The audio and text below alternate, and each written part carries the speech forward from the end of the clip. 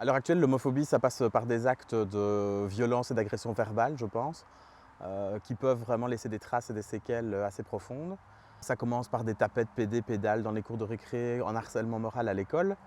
Maintenant, je pense que ça peut laisser des séquelles. Pour preuve, j'ai une connaissance qui, à 16 ans, a quand même fini par se suicider, entre autres pour tout le harcèlement moral qu'elle vivait à l'école, mais aussi pour d'autres problèmes familiaux qu'elle pouvait avoir. Mais effectivement, c'est quand même pas sans risque et ça laisse vraiment des traces. Ça peut parfois laisser des traces à long terme aussi dans toute une vie, avec des gens qui vont peut-être avoir du mal à s'assumer, qui vont peut-être avoir du mal à avancer et à évoluer dans leur vie. Parce que parfois on pense souvent que c'est des coups qui peuvent blesser, qui peuvent faire mal. Oui, c'est vrai sur le moment même, mais cette violence-là, verbale, elle laisse des traces à long terme et bien ancrées profond dans le cerveau. Quand j'étais en secondaire, j'ai été victime aussi d'agressions verbales, tapettes, PD, pédales. Sur le moment même, je me disais, je m'en fous, j'en ai rien à faire, c'est bon. J'avais même des amis autour de moi qui m'aidaient un peu à passer le cap, donc c'était pas tellement grave. Mais en fait, je me suis rendu compte que vers 21, 22 ans, j'étais toujours un peu ancré là-dedans, en me disant, bah, j'ai peut-être pas le droit d'être comme les autres, je suis finalement stigmatisé. Et quelque part, ces mots et ces violences me revenaient. Et je me suis dit, purée, il va quand même falloir faire un petit travail sur toi. Et donc, entre autres, je suis allé voir un psychologue. Mais voilà, ça s'est quand même bien terminé. J'ai pas non plus dû faire 3 années de thérapie pour m'en sortir. Au bout de 4-5 séances, c'était quand même réglé. Mais ça laisse des traces. À ce niveau-là, je dirais que le monde politique, à force de vouloir être politiquement correct, arrive à y être. Mais à force de vouloir être politiquement correct et de ne pas dire un peu qui est qui fait quoi, ben, on reste parfois dans quelque chose de très lisse. Bon.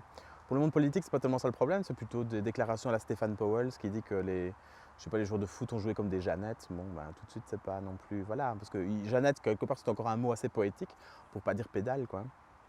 Donc pour un gay bien assumé, se moquer de lui-même en se traitant mutuellement de tapette ou de PD, c'est marrant. Oui, c'est vrai, mais il faut déjà être dans un stade d'acceptation bien avancé. Maintenant, peut-être, si c'est des hétéros qui sont bienveillants et qui le lâchent et que c'est dans un cadre et un contexte particulier d'une soirée, etc., où tout le monde a bu un verre, bon, ça peut encore passer.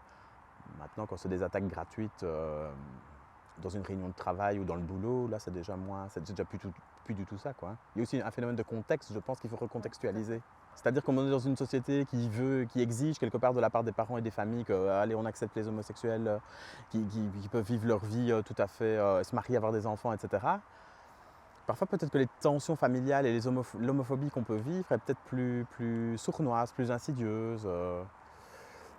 Les gens ne sont peut-être pas invités à toutes les fêtes de famille, on va peut-être faire des sous-groupes dans les invitations familiales qu'on fait, ou alors on ne mettra pas telle et telle personne ensemble parce qu'on sait très bien que ça risque de déclencher des crises. Donc je pense qu'à ce niveau-là, c'est plus sournois, ouais, c'est plus pernicieux. Parce qu'il est de bon ton d'être quand même gay-friendly et d'accepter quand même ça, c'est quand même plus un problème à l'heure actuelle. C'est ce qui est entendu dans les médias, dans les journaux, etc. Donc celui qui fait un peu à contre-courant, bah, il est un peu dans le sens contraire de la marche du monde.